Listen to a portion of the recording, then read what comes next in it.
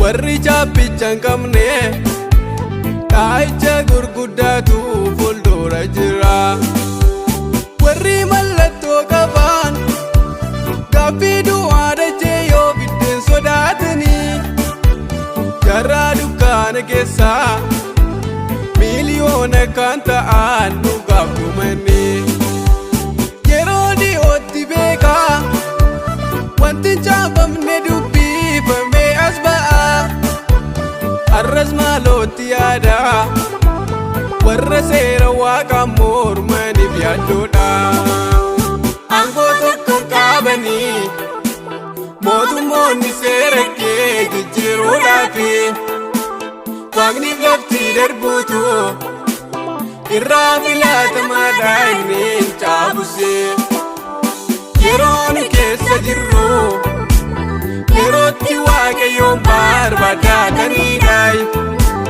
keenyan namoota irratti meele teekelkaan jedhus dhiyoodhaayi maaloo mee yaadadhu hinaafan maana keetii irrasaa ga'u Musee bileenjifattee saaba fuudhee kan ba'u warra dhaalatu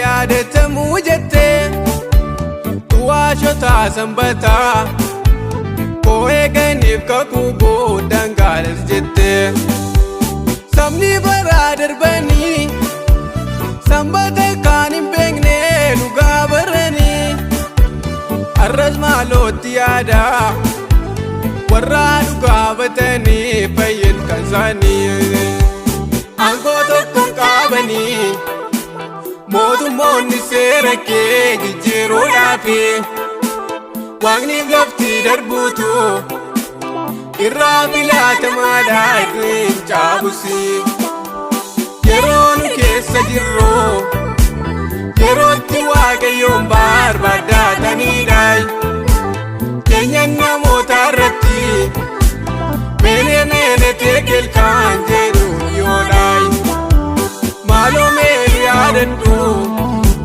hinaafan maana keetii irrasaa ga'u Musee bileenjifattee saaba fuudhee kan ba'u warra dhaalatu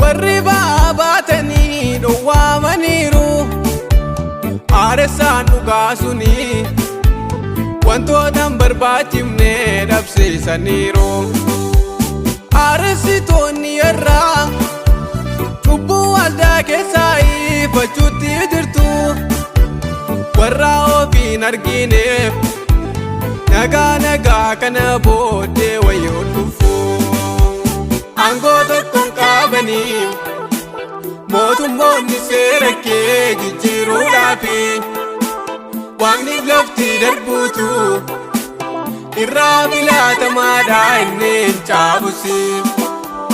Yeroo nu keessa jirru yerootti waaqayyoon barbaaddataniidha.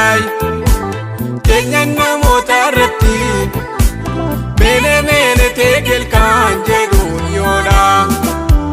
Maaloo meel yaadadhu inaafaan mana keetii har'asaa ga'u. Musee biyyeen jifattee saaba fuudhee kan ba'u warra dhaalatu.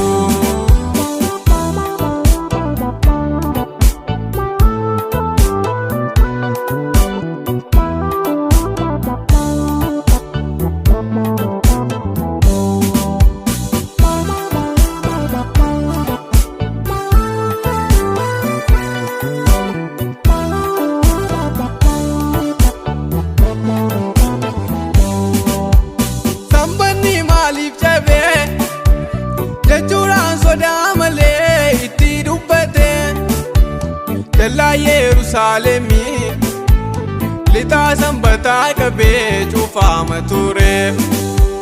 Dhaalattoonni bararraa hirmii warri baatanii mallattaa'anii maaloo mee itti yaada warra dhugaa mormaniif doo'ee kan isaanii.